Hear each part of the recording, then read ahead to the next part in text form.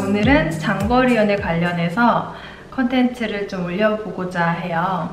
이전 영상에서 보신 분들은 알겠지만 제가 미국, 한국 이렇게 장거리 연애를 1년 10개월간 해왔어요. 사실 이런 부류의 영상을 찍는 거는 저한테는 굉장히 쑥스럽지만 제가 이전에 장거리 연애 팁 영상을 찍으면서 많은 댓글들을 받았었어요. 댓글뿐만 아니라 뭐 인스타 DM도 받았었고 블로그에 문의를 주시는 분들도 계셨고 해서 생각보다 장거리 연애를 하시는 분들이 많구나, 그리고 고민도 많이 가지고 계시는구나 이런 생각을 하게 됐어요.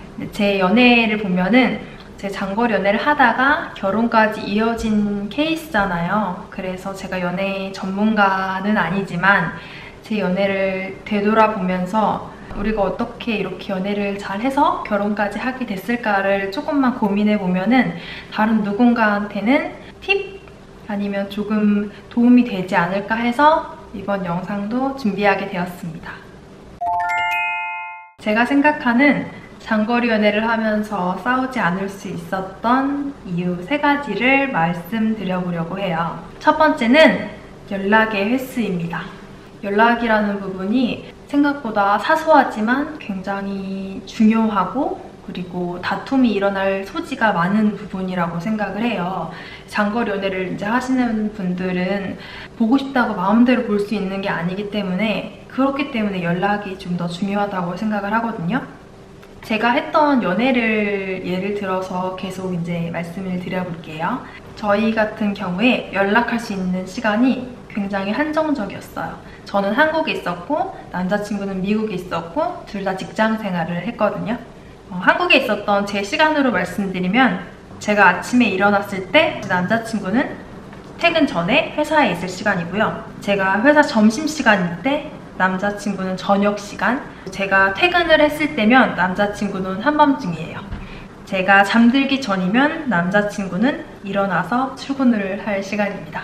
그러니까 결론적으로 제가 회사 점심시간 혹은 잠자기 바로 전, 이때가 제가 연락을 할 수 있었던 시간이거든요. 굉장히 짧죠. 저희는 이런 짧은 시간이지만 이 시간을 서로 존중하려고 했어요. 이 시간만큼은 항상 우리가 연락을 할 수 있는 시간이니까 지키자, 그런 마음이었거든요. 카톡을 하루 종일 주고받을 수도 있고 아니면 굵직굵직하게 전화를 하는 경우도 있고 이제 개인차가 있을 거예요. 그런데 저희 같은 경우는 낮 시간대는 카톡을 하고 저녁에 제가 잠자기 전에는 항상 통화를 했어요.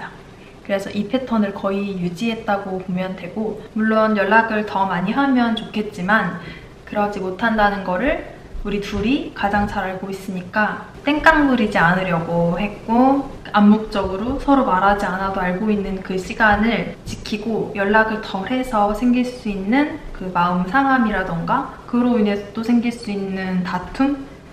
여러 가지 문제들을 일으키지 않으려고 노력을 했던 것 같아요. 혹시 연락 관련해서 문제가 있다면 기준 같은 거를 정하셔서 그거를 잘 지키면 좋을 것 같다고 생각합니다.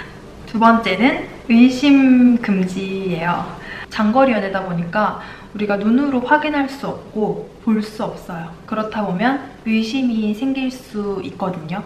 그래서 앞에서 말한 연락의 횟수가 적어진다거나 아니면 애정 표현이 적어졌다고 했을 때 이제 내가 덜 좋아졌나? 회사에서 무슨 일이 있었나? 다른 누가 생겼나? 등등 다양한 의심들이 들 수가 있어요. 저도 그랬어요. 근데 이것만은 확실해요. 이 의심이 꼬리에 꼬리를 물고 계속 느려져요. 끝이 없어요. 그리고 저 혼자 상상의 늪에 빠져서 헤어나올 수가 없어요. 그래서 착각이 계속되다 보면은 어느 순간에는 그게 현실처럼 느껴져요. 그래서 이러한 상황을 방지할 수 있는 거는 사실은 본인의 마음 컨트롤이라고 생각해요. 상대방을 탓하기보다는 나도 어느 정도 내 마음을 컨트롤할 수 있어야지 싸우지 않을 수 있다고 생각합니다. 세 번째는 감정 전달을 전화로 하는 거예요. 항상 뭐 친구 관계나 연인 관계에서 느껴지는 거지만 문자로는 감정을 알기가 힘들어요.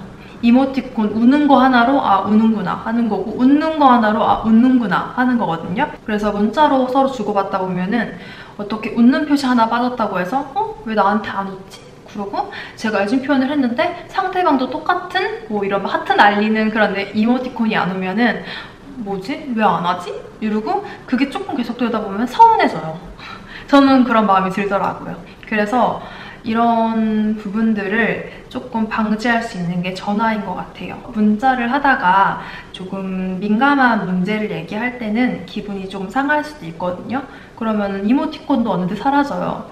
크크크도 없고 히히히도 없어요. 그러면 조금 심각해져 보이는 상황이 와요. 그럴 때는 일단 둬요.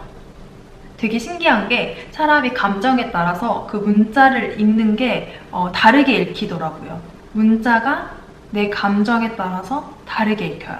그래서 조금 문자로 오해의 소지가 있을 때에는 바로 왜 문자로 이렇게 해? 왜 틱틱대? 이런 식으로 바로바로 반응하지 마시고 좀 기다리셨다가 내 마음이 조금 진정되고 그 다음에 전화를 해보세요. 전화를 하면은 확실히 달라요. 사실 알고 보면은 그 사람이 바쁜 상황에 나한테 조금이나마 답장을 빨리빨리 해주려고 이모티콘 이런 걸 배제하고 바쁜 일 하면서 하나하나 이렇게 보낼 수 있는 상황일 수도 있거든요. 그러니까 나는 모르는 거예요, 그 상황을. 그러니까 싸움을 바로바로 일으키지 말고 조금 기다렸다가 나중에 전화하면서 감정을 전달을 하다 보면은 평소처럼 대화가 될 거예요. 오늘 이렇게 3가지를 준비해봤고요. 어떻게 보셨는지 모르겠어요. 저의 그 오빠랑의 연애를 되돌아보면서 한번 생각해본 그런 이유니까 참고가 되셨으면 좋겠고, 그리고 지금 현재 장거리 연애를 하시는 분들이 저한테 물어보셨던 그런 비슷한 류의 질문들이 있었어요. 어떻게 했는지, 어떻게 풀어나갔는지, 어떻게 극복했는지. 다 똑같은 얘기네. 아무튼 이런 부분에 대해서도 또 다른 컨텐츠들도 준비해보도록 하겠습니다. 즐겁게 봐주셨으면 좋겠어요. 감사합니다.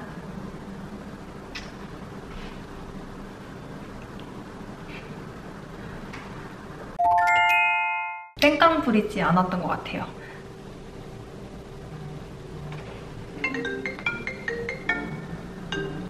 욕을 안 하려고 했지만 어떻게 나한테 욕을 할 수 있어?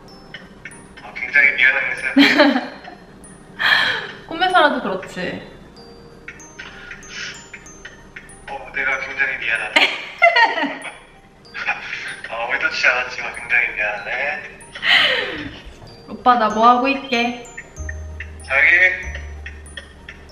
불닭볶음면 먹고 있게. 아니지롱. 뭐해? 나 영상 찍어. 찍는다고? 응. 번순이가 다 됐어. 드디어 찍는구나. 빨리 전화 끊어줄게. 하던 일 마저 해. 중요한 일을 지금. 아니야. 그리고 시간 나면 짐 싸. 나 내일 가? 내일 저녁에 가. 나 내일 뉴욕 가? 내일 11시 50분 비행기야. 밤? 어. 진짜 늦구나. 그러게 나 몰랐어. 까먹고 있었어. 편집돼야 되는데 바쁘네. 일단 알았다 오빠. 알았어. 끊어. 안녕. 어.